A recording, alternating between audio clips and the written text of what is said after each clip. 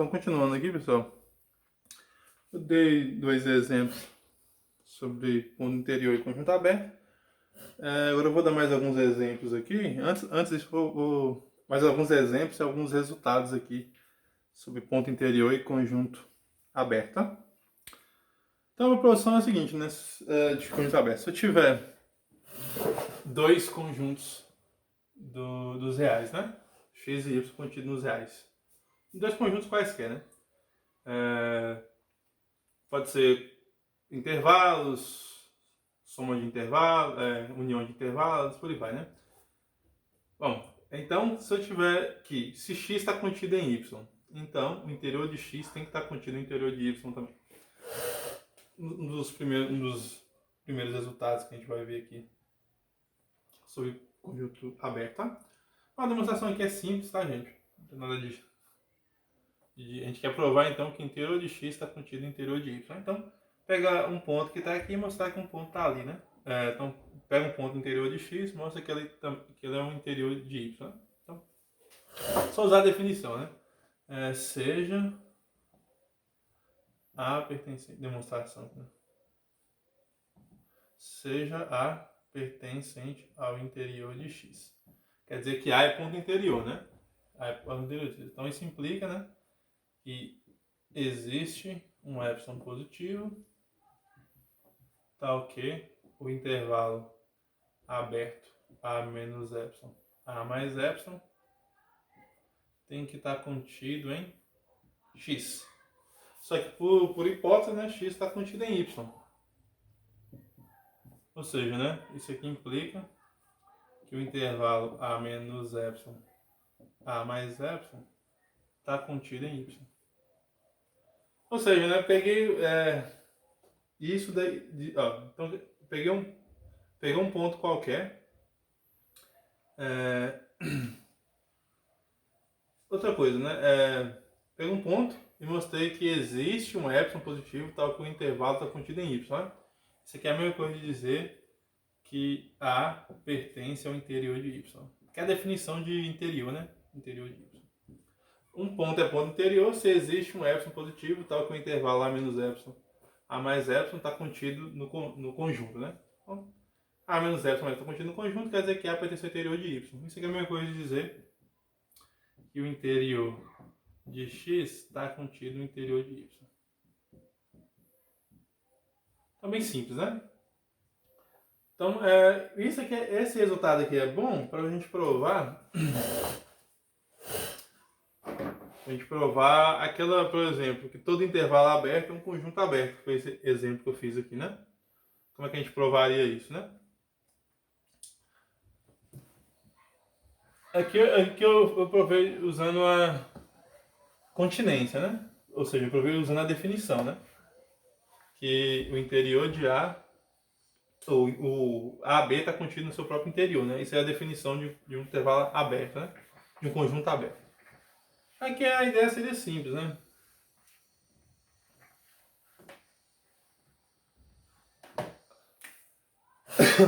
Então, vamos usar como aplicação aqui o mesmo exemplo, né?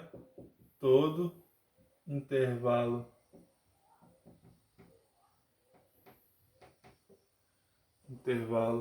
aberto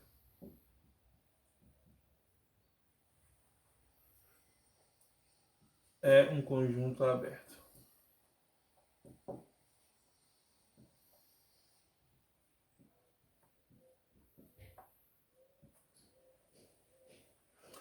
Porque, né? Que a ideia vai ser justamente essa, né? De fato, né? Então, seja, né, intervalo AB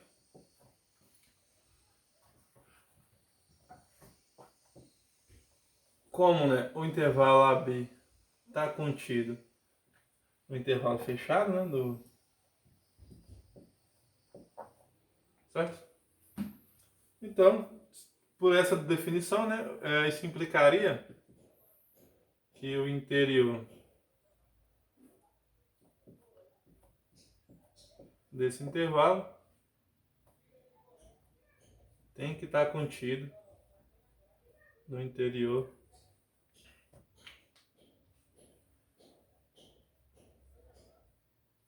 desse intervalo aqui.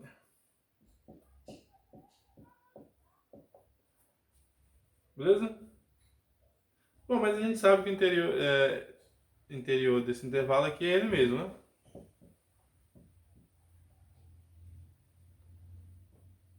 E o interior desse intervalo aqui é a mesma coisa do interior do intervalo AB, né?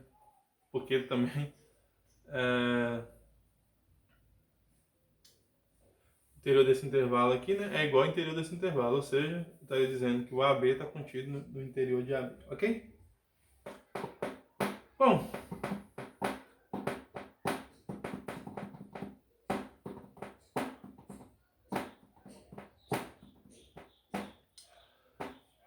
beleza?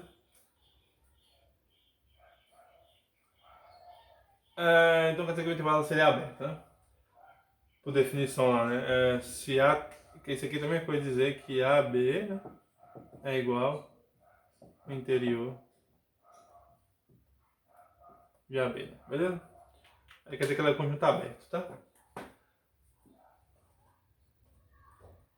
Os resultados mais que a gente tem aqui,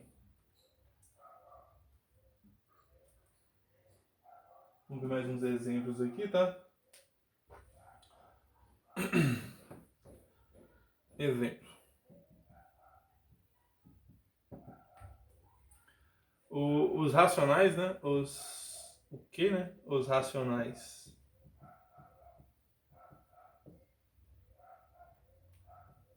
Os racionais. Racionais, o que, né? Ele tem interior vazio, tá? Tem interior. Só desculpa aí o meu hidrocor, que tá muito ruim, tá muito grosso a ponta dele. Interior vazio. Ou seja, né? Eu tô dizendo o seguinte, né? Ou seja, tô dizendo aqui que o int de Q é vazio. É igual vazio, tá? Vamos ver por quê, tá? Ou seja, né, eu estou pegando um conjunto infinito e seu interior é vazio, né? Vamos descobrir por que isso é verdade, tá? Bom, a ideia é o seguinte, né? Ó,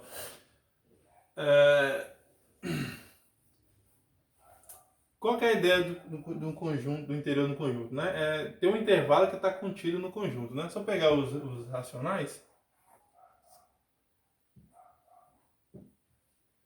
Só pegar aqui um A pertencente a Q, né?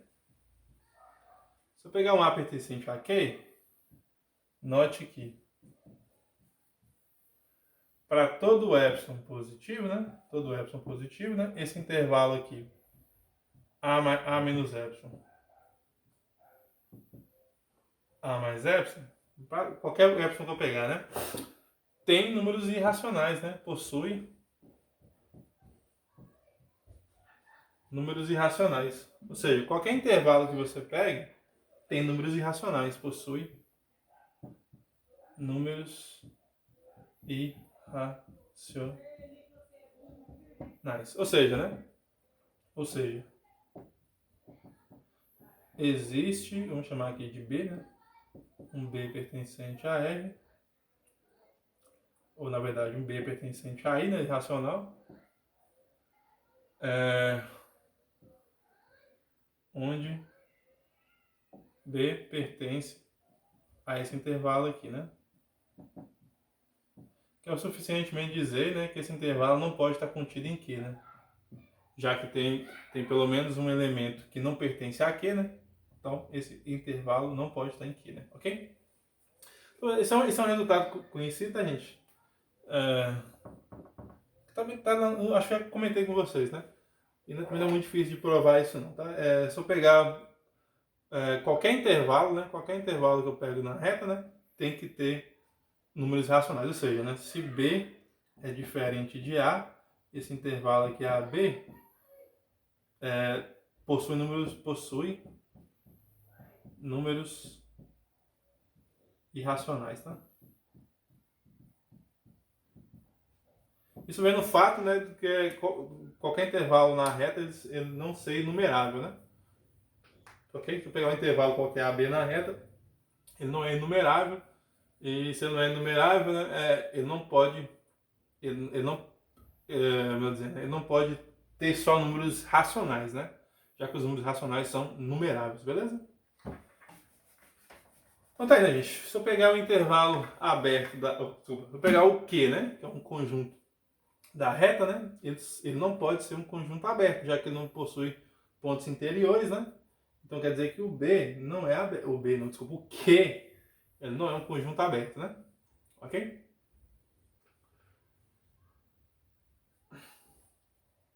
Porque o interior dele é vazio, né? Ó, tudo bem? Ou seja, vou colocar aqui, né? Portanto, que não é aberto, né? Portanto, que não é aberto. Beleza? Bom, o que mais nós temos, né? Bom, um outro exemplo que a gente tem aqui,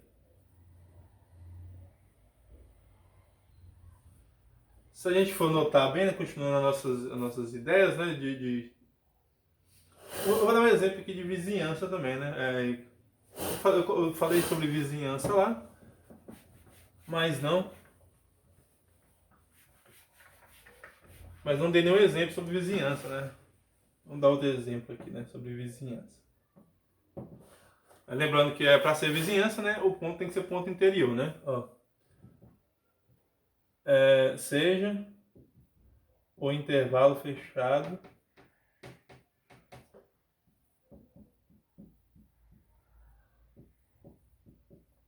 AB, né?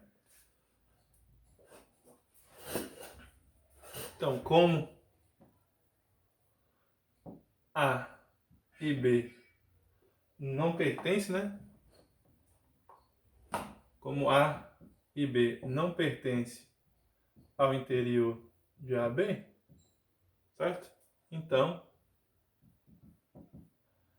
o AB, né, não é vizinhança, né, dos extremos, né, de A e B. Lembrando que para um ponto, para um conjunto ser vizinhança de um ponto, né, esse ponto tem que ser o ponto interior desse conjunto, né? Como A e B não pertencem ao interior do conjunto, né? Ou seja, o A não é ponto interior do conjunto fechado AB. E nem o B nem B é ponto interior do conjunto fechado AB, então quer dizer que o intervalo aberto, o intervalo fechado AB não pode ser vizinhança dos extremos, né? Nem de A e nem de B, ok? A hora que você pegar qualquer X que pertence ao intervalo AB, né? O intervalo fechado AB vai ser vizinhança de qualquer valor que está no intervalo AB, né? Ok?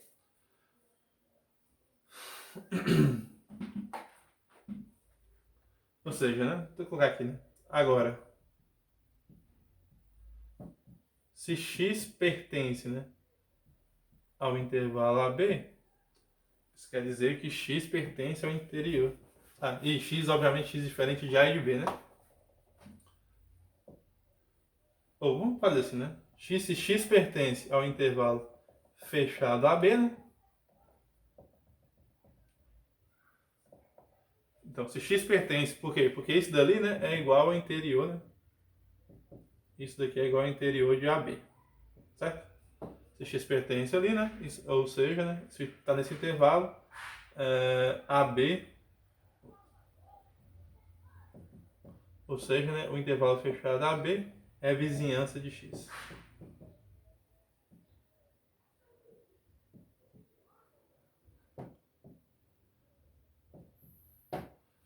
Desse xzinho minúsculo, né? Então é isso, né? É fácil falar de vizinhança, né? É só você ter um ponto interior, é só você ter um conjunto cujo ele é ponto interior, então vai ser vizinhança, né? Se ele não for ponto interior desse conjunto, então esse conjunto não pode ser vizinhança dele. Então, mais um exemplo que eu vou dar aqui é a ideia de limite, tá? Que eu vou colocar como uma proposição aqui para vocês.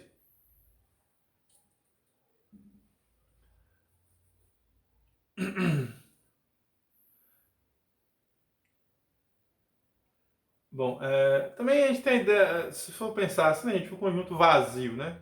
Vamos colocar aqui, né? Vazio. Exemplos, né? Vou colocar mais exemplos aqui. Antes de falar de vazio e R, são abertos, né? Bom, vazio é aberto por quê? Porque ele não tem nenhum ponto, né?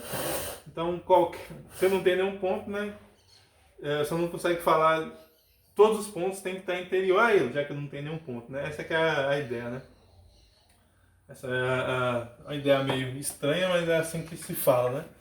Como vazio não tem nenhum ponto, então, obviamente, ou você poderia pensar o seguinte, então o interior de vazio é vazio, né? Já que é vazio, né? Você poderia pensar o seguinte, né?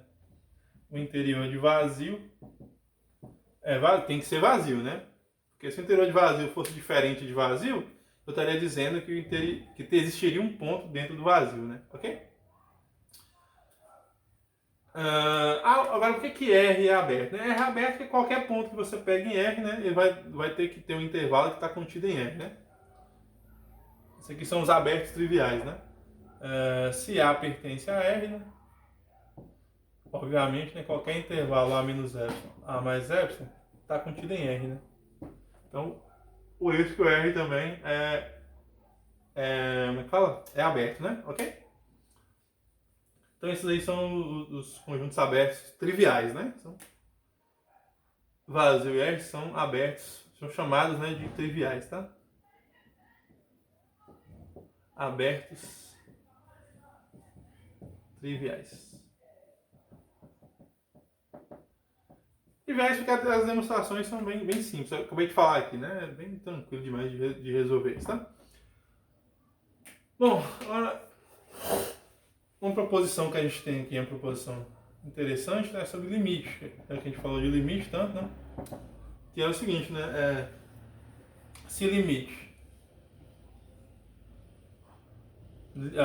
limite de xn, né?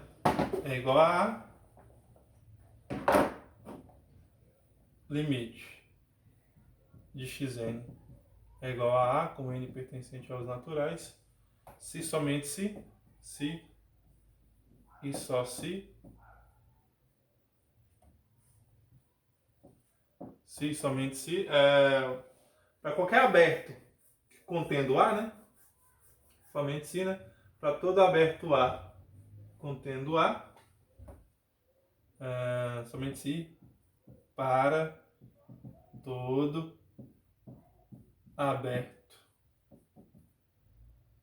A contendo A, o A minúsculo, o A do limite, né? Tem que existir um N0. Existe um N0 pertencente aos naturais, tal que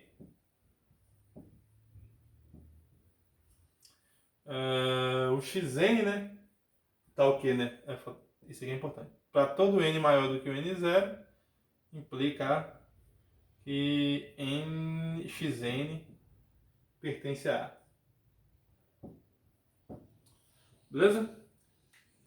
Então é bem parecido com a ideia de limite lá, né? Beleza? Vamos provar isso aqui. Bem parecido com a ideia de limite não, né? Bem parecido com a ideia de limite. Lembrando, a definição de limite fala justamente de intervalos, né? Isso que eu estou querendo dizer, tá?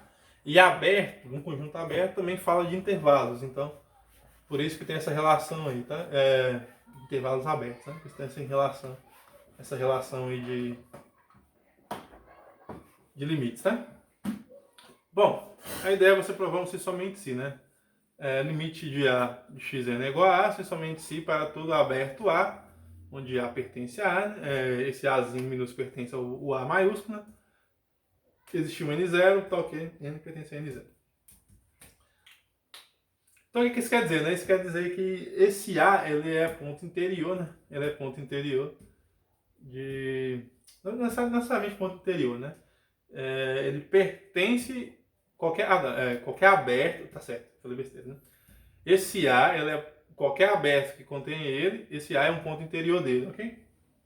Essa que é a ideia que está acontecendo ali, né? Ou seja, a partir de um certo N0, todos os pontos da sequência tem que estar nesse A, né? A partir de um certo N0. Bom, vamos demonstrar aqui que é mais fácil de entender, né? Ó, a ida, né? Vou fazer aqui a ida, depois eu faço a volta, né? Limite de xn é igual a como n pertencente aos naturais, né? Isso aqui, a gente sabe, né? Isso aqui acontece, né? Para todo epsilon positivo, tem que existir um n0 pertencente aos naturais. Se n for maior do que o n0, isso implica que o intervalo, né? A gente coloca lá assim, né? Que vai dar um intervalo, né? Na verdade, né? Implica que xn pertence... como é que é? Xn pertence... A gente coloca assim, né? Que vai dar um intervalo, né? Só para poder lembrar, né? Módulo de xn menos a é menor do que epsilon, né? Isso aqui dá um intervalo, né? Isso aqui é um intervalo. Quer dizer que xn pertence ao intervalo centrado em a, né? A menos epsilon, a mais epsilon, ok? Então, a ideia é, né? Isso aqui sempre acontece, né? Se o limite xn é igual a para todo epsilon positivo, né? Xn pertence a menos epsilon, a mais epsilon, né? Isso aqui está dizendo, né? Para todo aberto, então, essa aqui é a definição, né? Então, seja um A aberto, né? Isso quer dizer o seguinte, né? Que o interior de A é igual a A, né? Então, se A é aberto, vou escrever assim melhor, né? Seja um A aberto com o Azinho, né, pertencente a A, né? Como A é aberto, como A é aberto, então isso aqui vai implicar, né? Logo, isso aqui implica, né, que o conjunto, né, A menos epsilon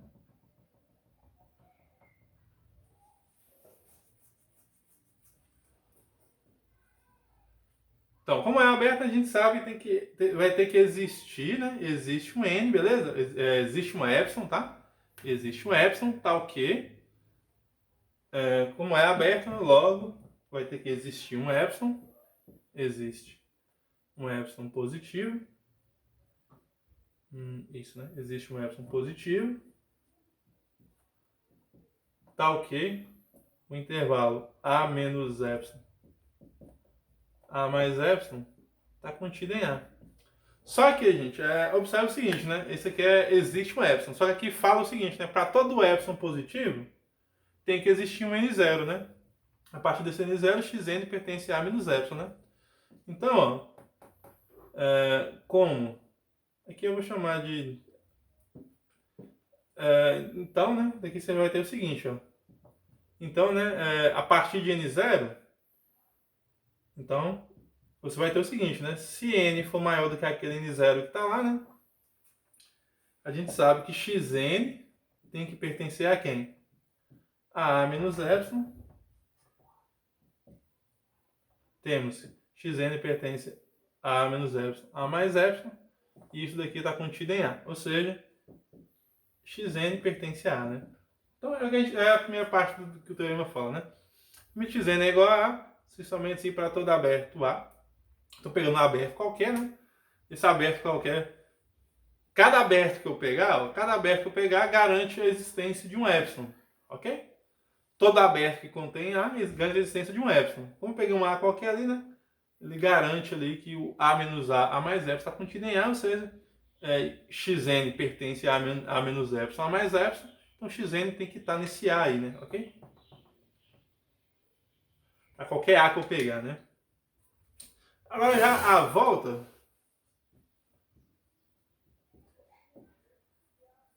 a volta é essa ideia, né? Se todo A aberto, né? Existe um n0 pertencente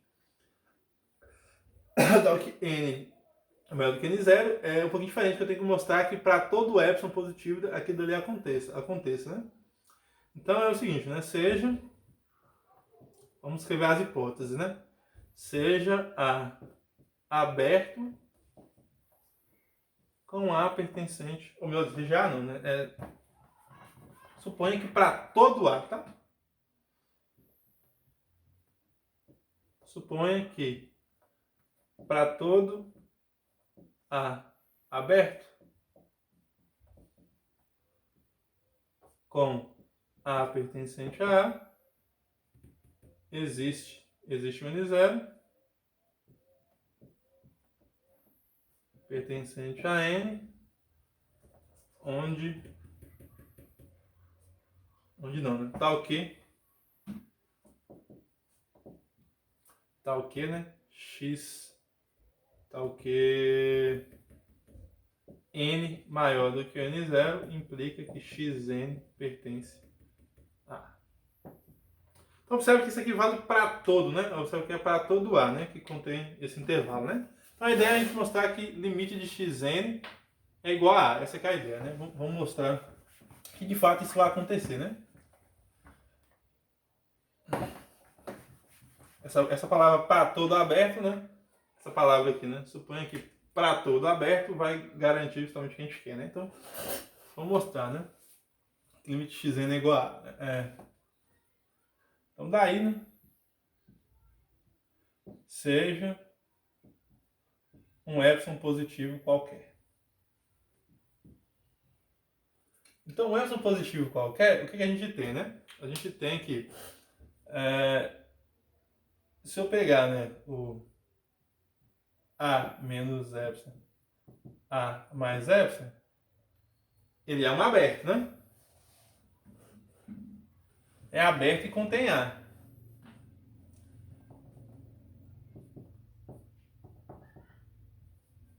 Ele é aberto e contém A. Ah, não, A minúsculo, né? Ele é aberto e contém o A minúsculo, né? Porque o A minúsculo pertence a esse conjunto, né? Caso particular, né? Então o que a gente tem, né? Se ele é aberto e contém A, por hipótese aqui, né? Tem que existir o N0, logo, por hipótese, né? Por hipótese,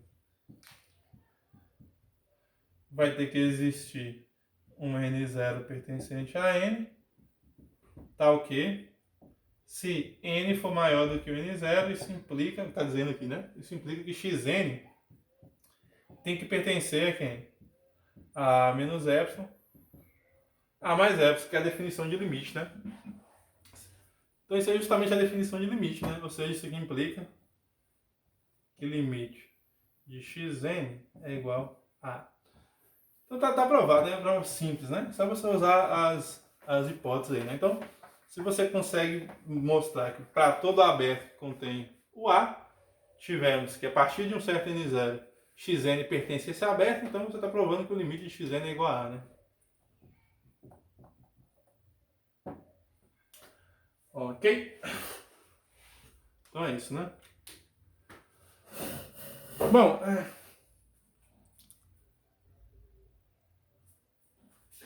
gente tem mais um teorema aqui que eu vou fazer aqui para vocês. E encerro o vídeo por aqui, tá? Tem mais um teorema aqui que é um teorema sobre conjuntos abertos também, beleza?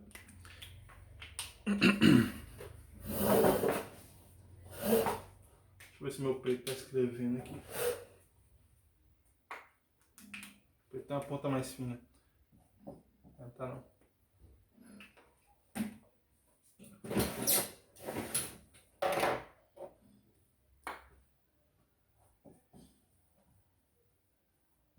Só escrever com me deu cor preta aqui agora, tá?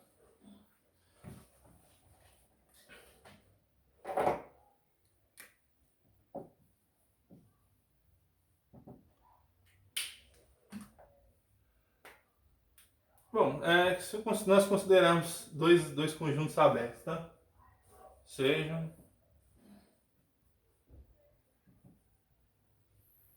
A1 e A2 abertos, ou seja, dois conjuntos cujo seu interior é igual a eles mesmos, né? O interior de A1 é igual a A1 e o interior de A2 é igual a A2, né? Ou seja, dois conjuntos abertos. Então, a interseção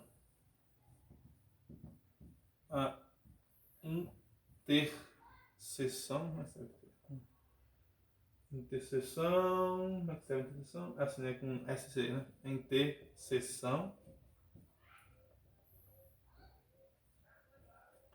interseção, né, que seria o A1 interceptado com A2, é aberto, tá? É um conjunto aberto.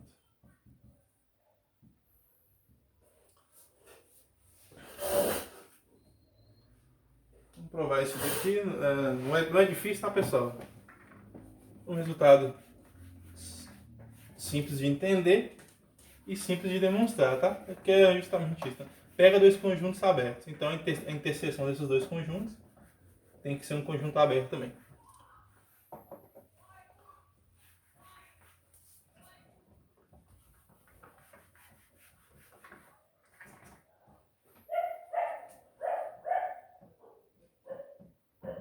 Então é uma prova relativamente simples. Ó. Se A1 e A2 são abertos, então existem, né? Se A1 e A2 são abertos, por definição, né? Existem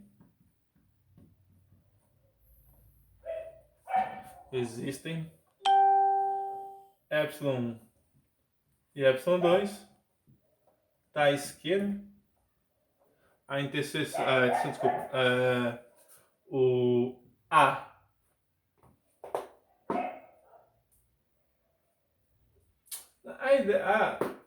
a ideia, gente,